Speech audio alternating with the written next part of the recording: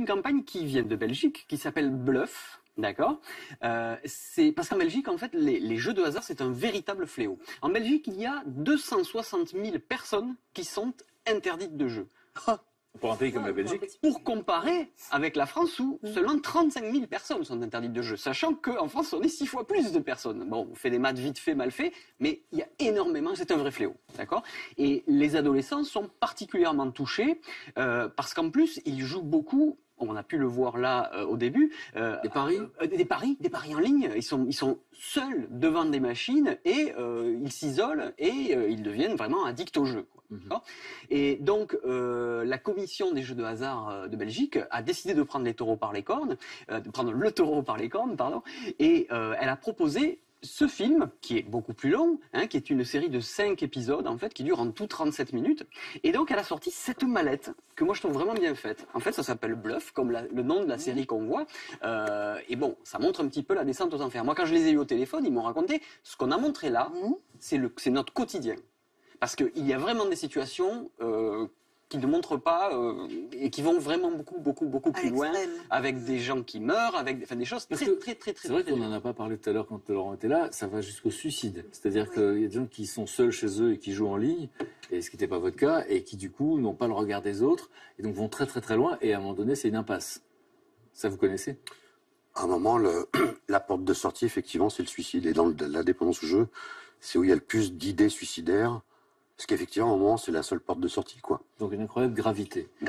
Et il y a même des jeunes qui peuvent aller jusqu'à de la prostitution pour récupérer de l'argent, et voilà, quoi. Donc c'est vraiment des cas vraiment très lourds. Alors ils ont sorti cette mallette, et elle est composée de plein de choses. Alors elle est à l'attention des écoles, des lycées, parce qu'on veut vraiment toucher les ados dès le départ. Écoles, lycées, bibliothèques, centres de jeunesse, et aussi des maisons médicalisées, enfin des centres médicalisés qui aident en fait les jeunes qui sont addicts au jeu, vraiment.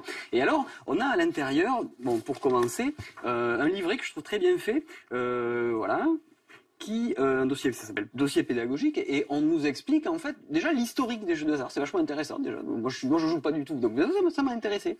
Et il y a aussi à l'intérieur toutes les pathologies qu'on va pouvoir rencontrer, de l'hyperactivité, des troubles de l'anxiété, des troubles du sommeil, certaines addictions qui viennent s'ajouter à l'alcool et à la drogue aussi. Troubles alimentaires, exactement.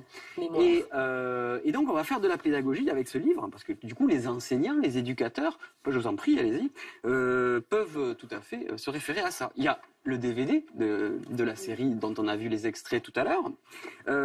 Et puis il y a aussi, alors ça c'est marrant, il y a une boîte de jeux, un jeu de société.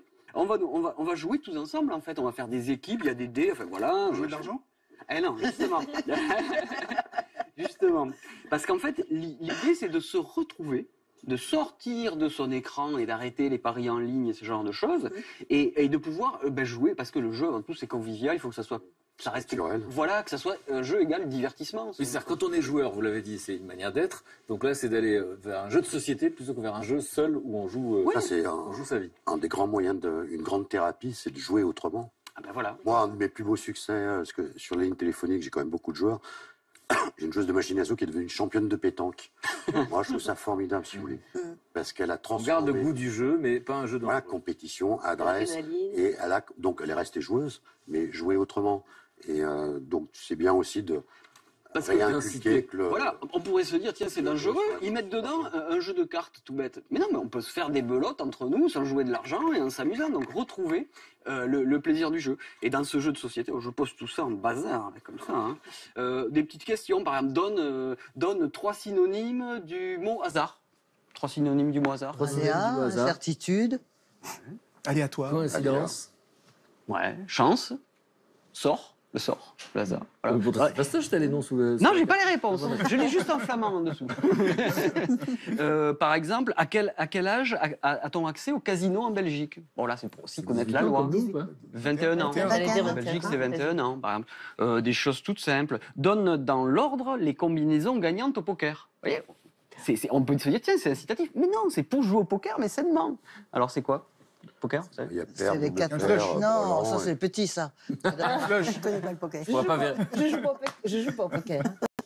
C'est les 4 as. Père, Roland. Ah, dans Foule. l'inverse. Full Royal. Carré. Ou je sais pas quoi, non, la Royale. Canne floche royale. Ne comptez pas sur moi pour vous départager. Alors, D'accord, voilà. Que signifie le terme se refaire? se refaire. Ah on l'a dit. Récupérer ce qu'on a perdu. Récupérer sa mise, voilà. Non, ça Et n'arrive pas souvent. Parce que quand vous gagnez, vous dites non mais c'était pas prévu dans le budget, il faut que je le perde. D'accord. Et dans le cadre, alors ce qui est marrant aussi, c'est que c'est à l'attention d'enseignants aussi. Et pour que ça soit pédagogique aussi, on donne des cours de probabilité. Ben oui, je jette un dé, quelle probabilité j'ai que ça tombe sur tel nombre, J'aimerais bien connaître la réponse là par Moi, contre. c'est pas justement parce que c'est une des raisons pour laquelle je joue pas, c'est que je suis un peu mathématicien de Eh ben voilà, formation. moi pareil. Et donc du coup, je me dis mais non, mais c'est complètement débile, je pourrais jamais y arriver à avoir un... Voilà. En faisant de la probabilité, on se rend compte de la faiblesse, de la chance du gain. Ouais, c'est intéressant parce que le joueur surestime toujours Bien ses sûr. chances de, Bien sûr. de gagner. Mais Voilà. Guylaine, elle dit mais il y a bien quelqu'un qui va gagner, pourquoi pas moi? Et ben voilà. L'éternel optimiste.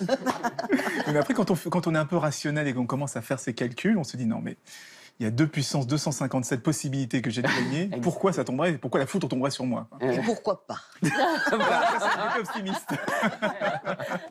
Voilà. Bah super, et donc du coup c'est quoi? Cette campagne, elle a lieu cette année? Alors non, c'est une campagne qui a déjà commencé en 2010, d'accord? Et chaque année, ils la remettent en lumière, voilà. Et en fait, ces valisettes, comme ça, comme je vous ai montré là, ils en ont distribué, c'est gratuit. Ils en ont distribué, la commission des jeux de hasard en a distribué déjà 3500, mais aussi en France, il y en a déjà 300 qui ont été distribués en France, parce que c'est pédagogique et ça sert à tout le monde. Et ils l'ont traduit en français, en allemand, en anglais et en néerlandais, et c'est à travers l'Europe déjà, et c'est un service public belge qui fait ça. Et moi, je trouve ça formidable. On les Formidable. félicite. En plus, je crois qu'ils ont le projet de faire une journée nationale. Voilà, alors l'idée, je ne sais pas ce que vous en pensez, mais ils insufflent l'idée de créer une journée internationale du jeu pour justement sensibiliser aux dangers que parler des représenter les jeux de hasard. Voilà, donc ça suit son cours, on verra peut-être qu'il y aura une journée Bon, internationale. en tout cas, une campagne que vous validez. Oui. Ce qui est sûr, c'est que la pédagogie autour du jeu, c'est une voie hyper intéressante parce que le joueur ne sait pas où il met les pieds. Et en tout cas, si on fait de la prévention auprès des très jeunes, c'est de leur dire, voilà, il y aura cette adrénaline. Moi, je trouve ça formidable de réussir. Moi, ce qui m'a épaté, c'est d'arriver à voir les émotions sur les visages de ce que vous m'aviez raconté les uns les autres.